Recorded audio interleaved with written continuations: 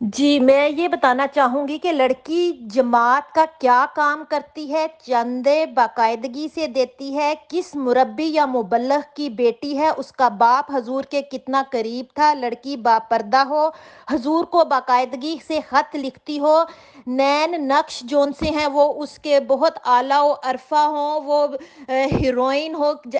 وہ ایشوریہ رائے اور مادھوری ڈکشت سے کہیں کم نہ نظر آتی ہو، اور یہ لڑکے کی جو مائیں ہیں ان کی فرمائش ہوتی ہے پاکستان سے اگر باہر ہو تو وہ جتنی جلدی ہو سکے وہ لڑکے کو سپانسر کر لے، کوئی ڈیمانڈ نہیں ہے۔